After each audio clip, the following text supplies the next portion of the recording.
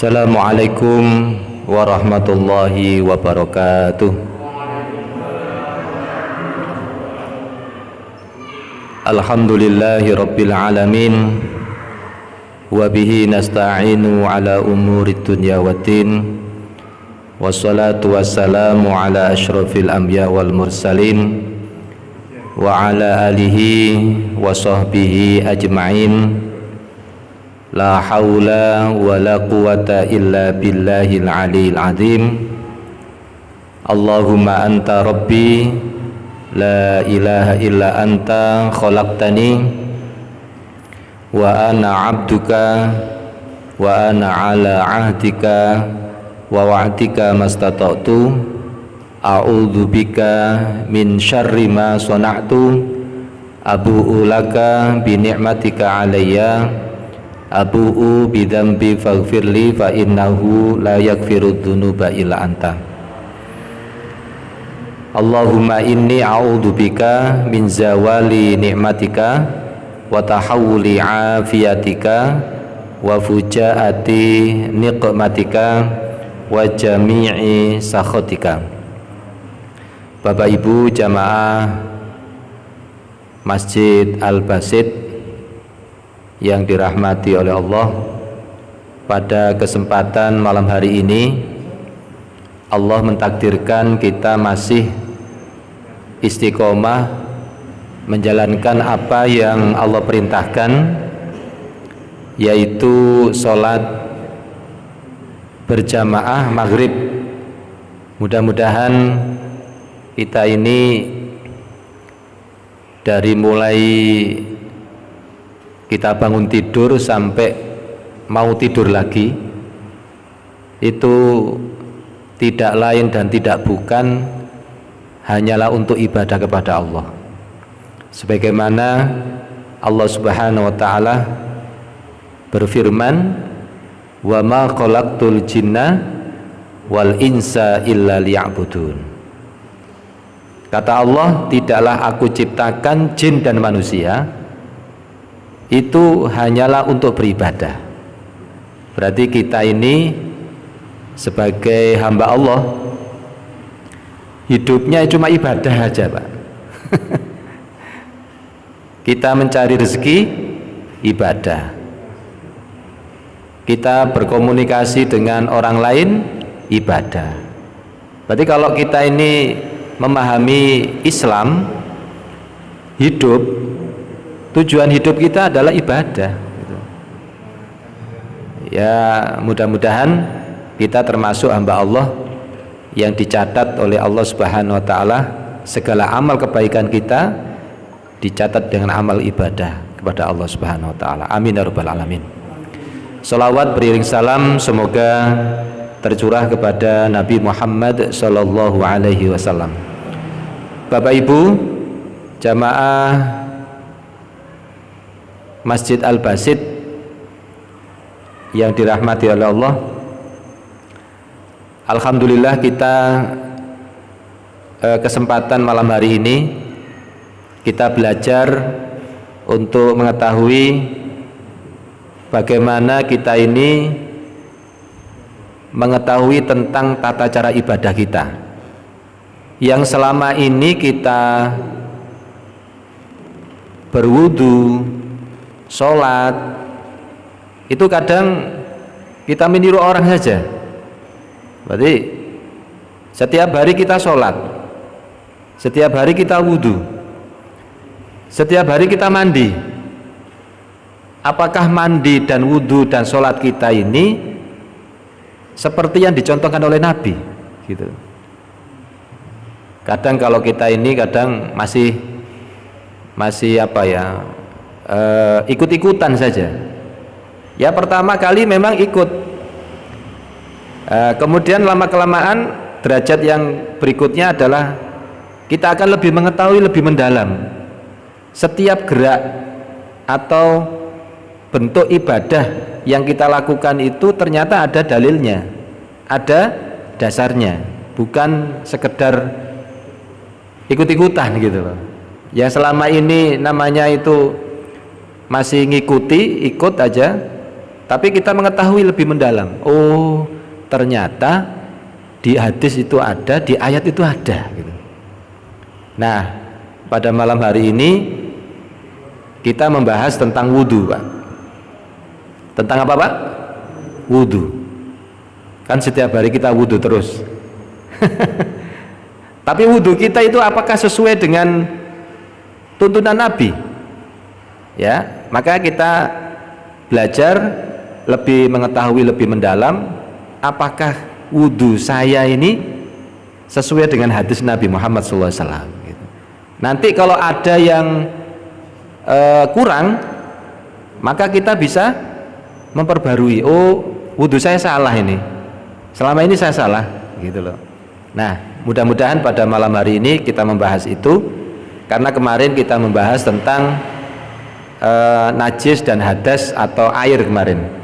Nah, kita masuk ke tentang wudhu. Bapak Ibu yang dirahmati oleh Allah, tentang wudhu, dalil tentang wajibnya wudhu terdapat surat Al-Maidah ayat 6.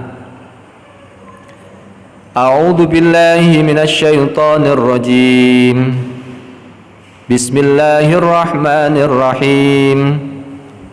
Ya ayyuhalladzina amanu idza qumtum ilas sholati faghsilu wujuhakum wa aydiyakum ilal marafiq wamsahu biru'usikum wa arjulakum ilal ka'bain.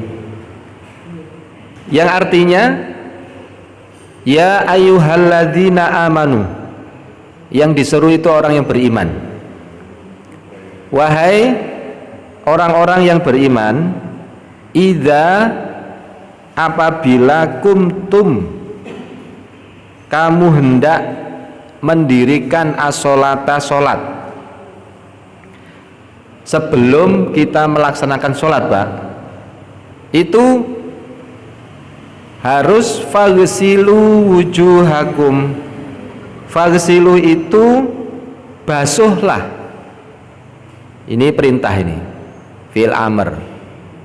Sebelum kita sholat, kita disuruh untuk membasuh wajah kita.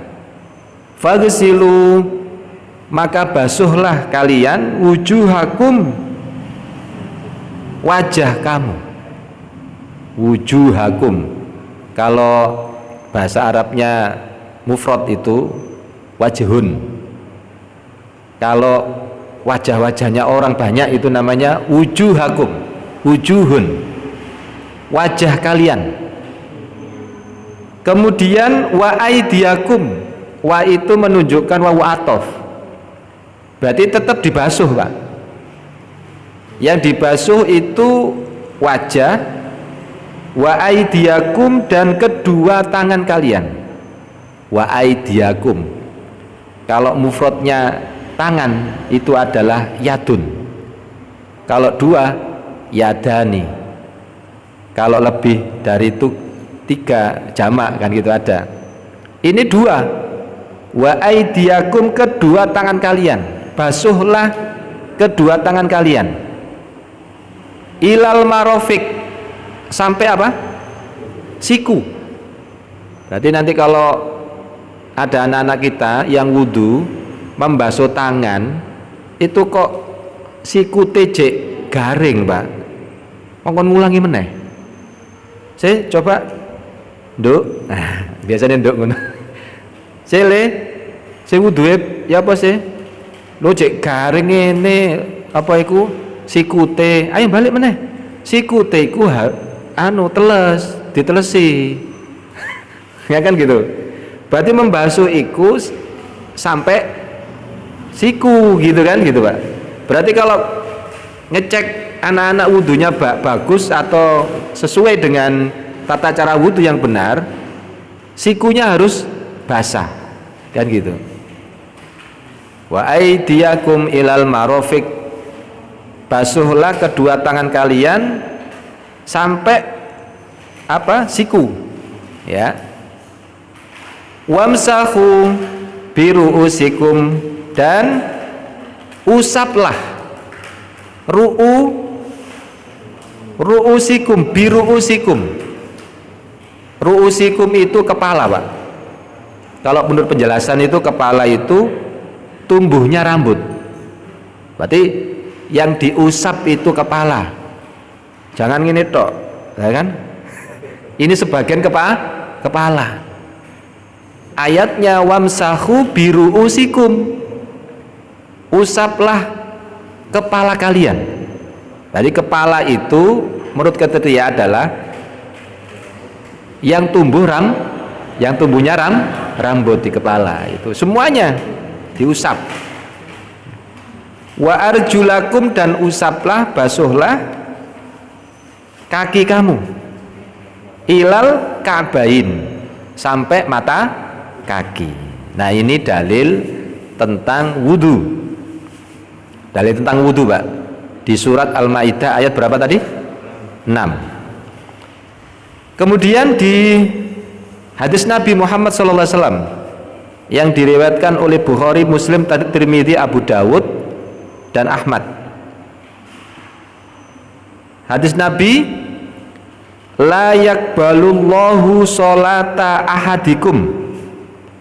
La yakbalu, Allah itu tidak akan menerima sholata ahadikum, sholatnya salah satu dari kalian. Idza ahdatsa hatta yatawaddo, bila berhadas, Pak. Berarti hadas itu apa? Najis atau kotor, ya. Kalau bila berhadas hatta yatawaddo, sampai ia berwudu. Nah, ini Allah tidak akan menerima sholat salah seorang dari kalian kalau berhadas dia sampai berwudu dulu. Makanya kalau sholat itu syaratnya harus berwudu. Kalau memang orang-orang Badui, orang-orang desa itu nggak tahu tata caranya, kepingin seperti kita, nggak tahu tata caranya, yang penting kok umat Islam kok sholatnya berjamaah yo, serempak, kompak gitu, aku kepingin melok, Pak. Tapi gak wudu lah, kan gak diterima. Kalau sementara memang dia nggak tahu, langsung ujuk-ujuk ikut gitu aja, kan gitu. Nah, itu harus syaratnya berwudu.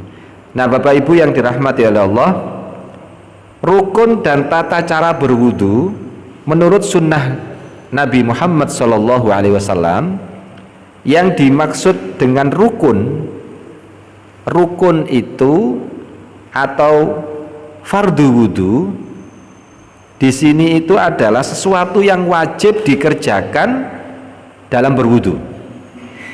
Kalau salah satu rukunnya ini tidak dilakukan, maka wudunya batal. Iya, nanti urut insya Allah, ya.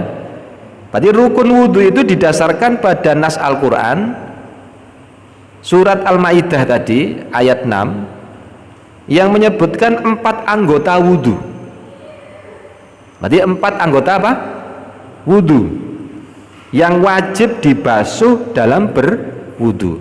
Kalau 4 tadi itu, yang 4 itu dalam ayat Al-Quran itu salah satu tidak dilakukan, maka wudunya batal, tidak sah. Di sini kan mayoritas ahli fikih selain Hanafiyah bahwa berdasarkan pada riwayat jamaah dari Umar bin Khattab tentang pentingnya niat sebagai penentu diterima tidaknya sebuah amalan, dan keumuman lafadz hadis Nabi, fabda'u bima bada'allahu bih, mulailah dengan apa yang dimulai oleh Allah.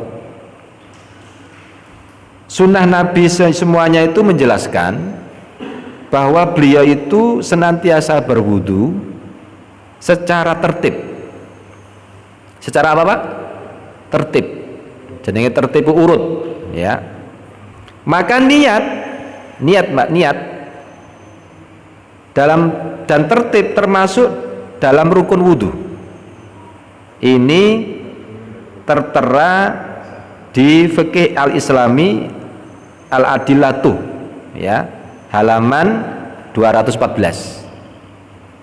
Sementara ulama Hanafiyah mengatakan bahwa niat dan tertib itu termasuk sunnah, ya, supaya kita tahu, Pak, ya. Sehingga rukun wudhu tetap 4 sebagaimana petunjuk zahir. Sementara kalau niat, ya, tertib itu dimasukkan atau tidak, itu nanti beberapa pendapat itu ada yang mensunnahkan, ada yang mewajibkan, gitu. Yang penting kita tidak meninggalkan 4 itu, sesuai dengan surat Al-Maidah ayat 6, ya. Terlepas dari perbedaan tersebut, yang jelas tidak ada perselisihan ulama tentang 4 rukun wudhu ini. Satu yang tadi apa? Membasuh wajah. Faghsilu wujuhakum, maka basuhlah wajahmu. Untuk jumlah basuhan dalam rukun wudhu masing-masing cukup 1 kali. Jangan di depan dulu, Pak. Masing-masing 1 kali. Kalau menurut surat Al-Maidah ayat 6, berarti untuk jumlah basuhan dalam rukun wudhu itu masing-masing cukup 1 kali. Karena di ayat itu tidak ada 3 kali, tidak ada, Pak. Itu masuk kemana itu nanti? Nah, gitu. Hal ini karena ayat tersebut tidak menyebutkan berapa kali jumlah basuhan, dan ada riwayat dari Ibnu Abbas yang pernah melihat Nabi itu berwudu marotan. Berarti sahabat itu pernah melihat Nabi itu berwudu itu membasuhnya marotan. 1 kali 1 kali. Ini hadis jamaah selain Muslim. Berarti supaya kita ini wawasannya luas, Pak. Misalkan ada orang yang berwudu, loh kok basuhannya sekali, yo. Jangan di debat, Pak. Sampean wudune basuh sekali tok. Dan sampean kok kena, loh dalilnya ono ya, Pak. Nah, biarkan saja. Berarti pemahamannya boleh, karena Nabi pernah berwudu basuhannya itu sekali, kan gitu kan, Pak. Nah, gitu bisa dipahami, Pak. Nah, sehingga kita wawasannya luas. Ada orang yang melakukan seperti itu, kita nggak usah kaget, Pak. Kadang itu kagetan gitu, Pak. Ono sing wudu aneh ngono kaget, loh ono kan gitu. Nah, supaya kita ini wawasannya luas dulu. Kemudian yang kedua membasuh kedua tangan sampai siku 1 kali, ya. Dasarnya adalah lanjutan ayat di atas, wa aydiyakum ilal marafiq, dan kedua tanganmu sampai siku.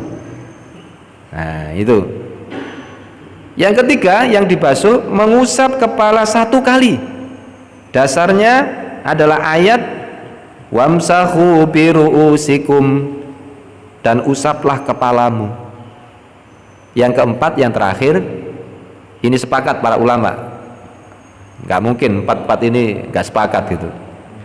Membasuh kedua kaki sampai 2 mata kaki 1 kali. Dasarnya adalah lanjutan ayat di atas, wa arjulakum ilal ka'bain, dan basuhlah kakimu sampai kedua mata kaki. Bapak Ibu yang dirahmati oleh Allah, rukun wudhu ini hanya menunjukkan anggota wudhu yang minimal wajib dibasuh. Minimal yang wajib dibasuh. Khususnya ketika sangat sulit dan terbatas air untuk bersuci. Misalkan airnya bagi-bagi Pak, cuma 1 tong dibuat untuk 10 orang. Ayo gimana Pak? Mosok telu-telu banyunya dibagi-bagi, khususnya seperti itu ya kan. Kalau sekarang lebih-lebih Pak ya, luar biasa, ngucure deras sekali itu ya. Berlebih-lebih sudah. Nabi bahkan pernah berwudu hanya dengan 1 mud air. 1 mud air. 1 mud air gimana Pak? Hah? 1 cangkir. Cangkirnya kono Indonesia gede Pak. Sak gayung. Ya. Yes. Ada yang mengatakan cangkir gede, ono sing cilik. Apakah bisa kalau 1 cangkir? Bisa. Apalagi 1 gayung. Saya ini pernah praktek di pondok di Jawa Tengah itu. Ustadznya ini ya menyampaikan fikih tentang wudhu. Wah, luar biasa Pak. Kalau masalah air, beliau itu tidak israf. Israf itu apa Pak? Berlebih-lebihan. Sampai cuci pakaian itu loh Pak. Ya gak dicucikan sama istrinya, ya dicuci beliau sama ustadznya. Saya tahu sendiri, saya silaturahim ke tempat ustadz itu, pas ustadz itu mencuci pakaian. Assalamualaikum. Waalaikumsalam. Nah pas, loh itu airnya itu terbatas Pak, 2 tong gitu. Loh ini kuli iso ya Pak, mencuci pakaian. Ya tergantung pakaian ya, pakaiannya piro. Kan gitu. Tapi nyucinya apa Pak? 1 gitu, ceret. Coba kita di rumah terus. Luar biasa. Saya melihat subhanallah, nggak israf ya, nggak israf. Berarti dengan air itu dibagi-bagi, nggak terlalu berlebihan. Apalagi dengan wudhu, beliau itu dengan tidak pakai keran Pak, pakai gayung, satu gayung itu. Sehingga saya diajari saya bagaimana caranya. Insya Allah nanti habis wudhunya selesai nanti kita praktek Pak ya, cara praktek bagaimana 1 gayung kita berwudhu, sehingga sewaktu-waktu kita di dalam perjalanan, musafir, nanti itu di mana nggak ada air gitu ya, airnya cuma apa itu, air aqua yang besar itu. Nah bisa kita, bisa ya. Nah berarti Nabi SAW, Nabi Muhammad SAW pernah berwudu hanya dengan 1 mud. Ini hadis riwayat Muslim dan Tirmidzi.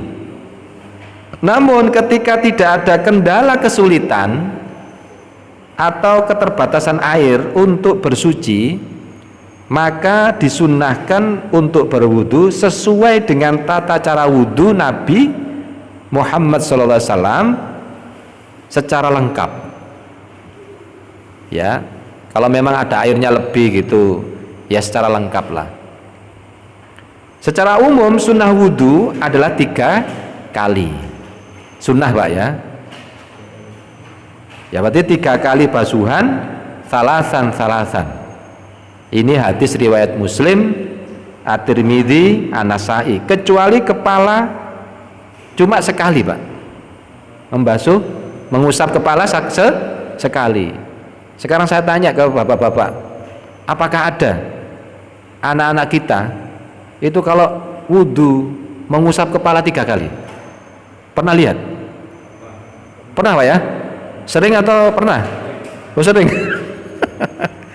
Karena saya juga ngecek Pak, anak-anak santri yang masih kelas 7 ini, saya pas ketepaan ya memegang pelajaran fikih saya, sehingga kelas 7 ini sebelum nanti kelas 9, kelas 7 harus dandani sik.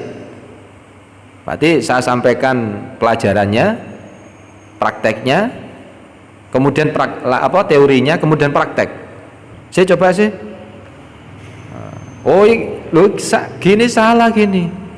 Sampean biasanya tuh mengusap kepala itu 3 kali, Pak. Mau tak tonton, wah ini gak sesuai dengan tata cara wudunya gitu. Khususnya anak-anak kita. Saya kepingin anak-anak jamaah Al-Basit kita buat training khusus anak-anak kita. Kita buka pendaftaran, ya. Mosok yang lain bisa daftar masalah tata cara ibadah kita, anak-anak kita kok salah gitu loh, Pak. Karena kadang itu orang tua itu apa nggak sempat, apa memang nggak diberitahu ya. Halo? Apakah kita ini sebagai orang tua, anak-anak kita ini dilihat apakah sesuai wudunya itu sesuai dengan Nabi, sholatnya sesuai dengan Nabi, atau gerak apa itu yaitu gerak dari sholatnya itu benar atau enggak. Ternyata saya lihat di anak-anak itu yang kelas 7, cara duduk iftirosinya, cara duduk tawaruknya salah, Pak. Ya, satu contoh, duduk iftirosi itu apa sih, Pak? Halo? Duduk iftirosi itu duduk tahiyat awal, sedangkan duduk tawaruk itu adalah tahiyat akhir. Oh, ternyata anak-anak saya bilang, Rek, duduk iftirosi ku apa? Gak ero, Pak. Wah.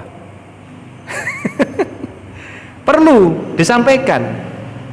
Jangan sampai istilah wudu, iftirosi, tawaruk itu ndak tersiarkan gitu. Lebih-lebih kaum muslimin duduk iftirosi nggak paham. Duduk iftirosi itu adalah telapak kaki kiri diduduki pantat, telapak kaki kanan ditegakkan. Tegak, Pak. Gak miring loh, Pak, tegak. Angel Ustaz. Ya memang latihan, ya, kan gitu, Pak. Berarti telapak kaki kanan ditegakkan. Jadi kan bisa? Oh, bisa, insya Allah. Saya pernah melihat beberapa penjelasan dan penelitian ilmiah tentang orang itu kalau tata cara sholatnya benar sesuai dengan tuntunan Nabi, sehat, Pak. Karena apa? Sesuai dengan apa yang diperintahkan oleh Nabi, sehingga Nabi itu sehat, Pak.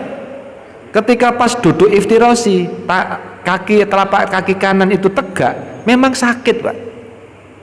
Saya pernah bukan memaksa sih, di jamaah Mukorobin itu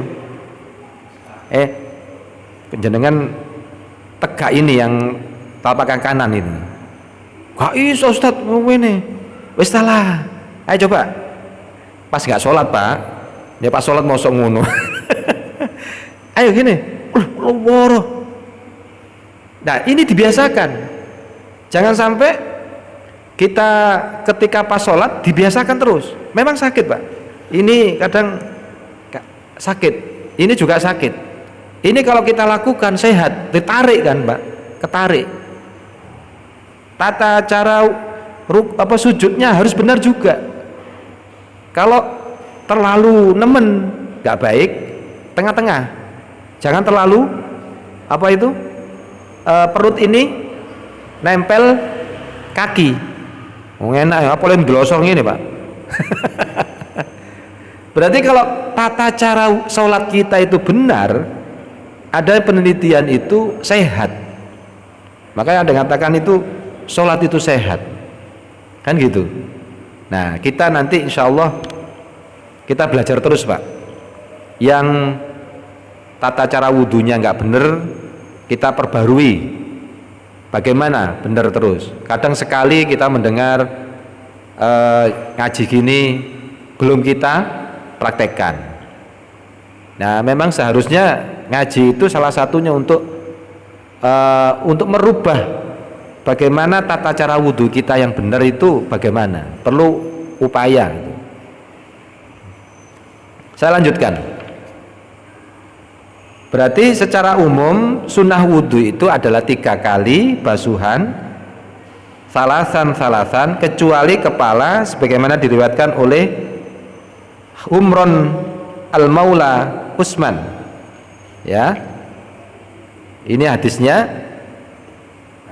Anna Utsmana ibnu Affan radhiyallahu anhu da'a bi wad'in fatawadda'a faghasala kaffaihi thalatha marratin thumma tamadmada wastanthara thumma ghasala wajhahu thalathan marratin thumma ghasala yadahu al-yumna ilal marafiqi thalatha marratin summa ghasala yadahul yusra mithla dzalika summa masaha ra'sahu summa ghasala rijlahul yumna ilal ka'baini thalatha marratin summa ghasala yusra mithla dzalika summa qala ra'aitu Rasulullah sallallahu alaihi wasallam tawaddo'a nahwa wudu'i hadza. Nah, ini bahwasanya Utsman bin Affan radhiyallahu an meminta tempat air lalu berwudu. Maka ia mulai membasuh kedua telapak tangannya 3 kali. Kemudian berkumur-kumur dan menyemburkan air dari mulutnya. Ya. Berkumur-kumur, Pak. Ya, berkumur-kumur dan menyemburkan air dari mulutnya. Lalu ia membasuh wajahnya 3 kali. Kemudian membasuh tangan kanannya sampai siku 3 kali. Kemudian membasuh yang kiri seperti itu pula. Berarti kalau membasuh tangan, Pak, halo, membasuh tangan itu kanan dulu 3 kali, jangan kanan kiri, salah. Ya, kanan dulu 3 kali. Nah, gini sampai siku, lebih bagusnya dilebihkan. Nah, dilebihkan gini boleh, lebih baik. Nah, gini, nah cara gini. Nah, 1, kemudian lagi 2, nah kan itu, kemudian lagi 3. Jangan kanan kiri salah. Kanan dulu 3 kali, kiri 3 kali. Itu. Lalu mengusap kepalanya, kemudian membasuh kakinya kanan sampai kedua mata kaki 3 kali. Berarti kepalanya sekali. Ya, Pak ya. Nah, nanti kita insya Allah kita ulangi penjelasannya. Kemudian Utsman berkata, saya melihat Rasulullah Shallallahu Alaihi Wasallam berwudu seperti wuduku itu. Nah, muttafaqun alaih, yang diriwayatkan hadis riwayat Bukhari dan Muslim. Lalu Rasulullah bersabda, siapa yang berwudu seperti wuduku ini lalu sholat 2 rakaat tanpa berbicara, ya, tanpa berbicara antara keduanya, maka diampuni dosanya yang lalu. Berarti ada sholat 2 rakaat wudu, gitu, Pak. Kan gitu, Pak ya. Nah, ini dengan demikian tata cara wudu, Bapak Ibu, secara lengkap berdasarkan sunnah Rasulullah SAW adalah 1, kita sebutkan yang lengkap ya. Niat berwudu karena Allah, niat itu termasuk sunnah, ya. Niat berwudu karena Allah semata adalah awal yang sangat menentukan di dalam melakukan setiap perbuatan. Niat ini cukup dilakukan dalam hati dan tidak perlu dilafadzkan. Saya ulang lagi, niat cukup dilakukan dalam hati dan tidak perlu dilafadzkan. Niat yang dilafadzkan, di samping tidak ada tuntunan dari Nabi Muhammad SAW, juga karena niat adalah pekerjaan hati, bukan pekerjaan apa? Lisan. Rasulullah sendiri hanya menuntunkan untuk mengucapkan bismillahi dengan sabdanya tawaddu'u bismillahi. Nabi itu menuntunkan tawaddu'u bismillahi, berwudulah dengan bismillah, sesuai dengan hadis riwayat An-Nasai, Ahmad, Ibnu Huzaimah, dan dari Anas radhiyallahu an. Berarti kalau kita memulai wudu pas membasuh tangan ini itu dengan bismillah. Berarti bismillah itu sudah niat gitu loh ya, bismillah itu sudah niat. Maka kata Nabi tawaddu'u bismillahi gitu loh. Bisa dipahami Pak? Nah itu niat. Yang kedua, membasuh tangan 3 kali sambil menyela-nyela. Menyela-nyela Pak ya, ngono sing ngene tok. Menyela-nyela jari-jarinya. Hal ini karena beliau pernah bersabda, asbihil wudu'a wa khallil bainal asobi. Ini hadisnya. Asbihil wudu'a, sempurnakanlah dalam berwudu. Wa khallil, sela-selailah bainal asobi. Baina itu kan diantara, asobi itu jari-jari. Nah, berarti ini Pak, loh, sela-sela kan, loh, gitu Pak. Nah, kan nggak gini, kan ada yang gini. Nah, berarti jari-jari ini ada kotorannya di sini.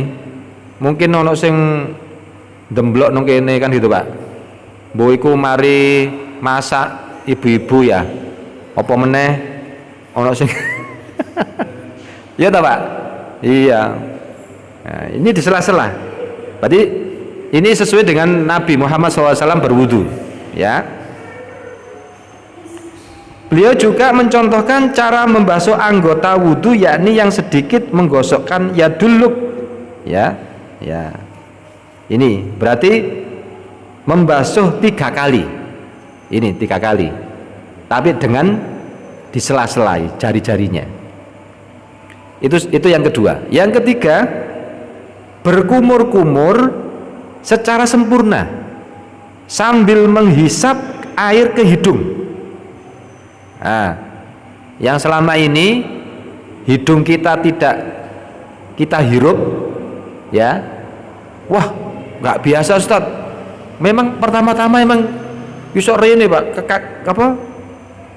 kalau terlalu ke sini ya langsung ngeluh perih gitu sampai ke ini kadang barang gitu. Saya pernah memang latihan, berarti berkumur-kumur secara sempurna sambil menghisap air ke hidung dengan menggunakan tangan kanan. Kalau mungkin zaman dahulu tidak ada keran ya Pak ya, sehingga pakai tangan kanan ya Pak, sehingga pakai gayung, pakai satu mut itu diginikan, baru tangan kanan dicelupkan ke gayungnya, sehingga ngambil gini, sambil berkumur sambil menghirup, langsung ikut 3 kali. Gitu ya Pak ya. Abdullah bin Zaid menceritakan bahwa setelah Nabi SAW membasuh kedua tangannya, famat mado wastansyaqo min kaffi wahidatin fafa'ala dzalika salasan. Lalu berkumur-kumur dan menghisap air dari telapak tangan sebelah ya, ia lakukan seperti yang 3 kali. Nah gini langsung disemburkan Pak ya, 3 kali. Nah gitu. Sebagian redaksi Bukhari, Hamron menceritakan bahwa setelah Utsman minta tempat air yang mencuci kedua tangannya 3 kali, summa adkhala yaminahu fil wudu'i summa tamat mado wastan syako wastan syaro. Beliau itu memasukkan tangan kanannya itu ke tempat air tersebut lalu berkumur-kumur menghisap air dan menyemburkannya. Di sini ada wastan syaro, semburkan gitu Pak ya, gitu. Tetapi anjuran untuk berkumur-kumur sampai ke dalam-dalam sebagaimana lanjutan riwayat di atas tidak berlaku bagi orang yang sedang berpuasa. Menghirup loh Pak, menghisap ke hidung kalau berpuasa. Wa balik fil istinsyak illa antakuna soiman, dan sampaikan ke dalam-dalam pada saat menghisap air kecuali kamu sedang berpuasa. Berarti kalau kan pas berpuasa nggak boleh gitu, kecuali sedang berpuasa. Hadis riwayat An-Nasa'i, At-Tirmidzi, Abu Dawud. Nah untuk menjaga kebersihan keharuman mulut, Rasulullah menekankan untuk bersikat gigi, siwak nih Pak ya dalam setiap berwudu. Hal ini terbesit pada keinginan Rasulullah, laula an asyqa ala ummati la amartuhum bisiwaki inda kulli wudu'in. Sekiranya tidak memberatkan umatku, sungguh aku akan perintahkan bersiwak pada setiap wudu. Hadis riwayat Bukhari, Nasa'i dan Ahmad. Nah berdasarkan hadis ini dari Aisyah bahwa ketika Nabi bangun untuk sholat lail, beliau itu bersiwak lebih dahulu baru kemudian berwudu dan sholat lail. Nah karena ini sudah Isya Pak, nanti kita lanjutkan tata cara wudu. Ini masih nomor 3 urutannya, kita nanti lanjutkan di waktu kesempatan yang lain. Mudah-mudahan Bapak Ibu yang tadi tata cara wudunya itu belum membasuh tangan ini itu tidak menyela-nyela, sekarang kita bertambah ilmu kita gitu ya. Mungkin itu saja yang bisa kami sampaikan, mudah-mudahan bermanfaat. Kita lanjutkan nanti.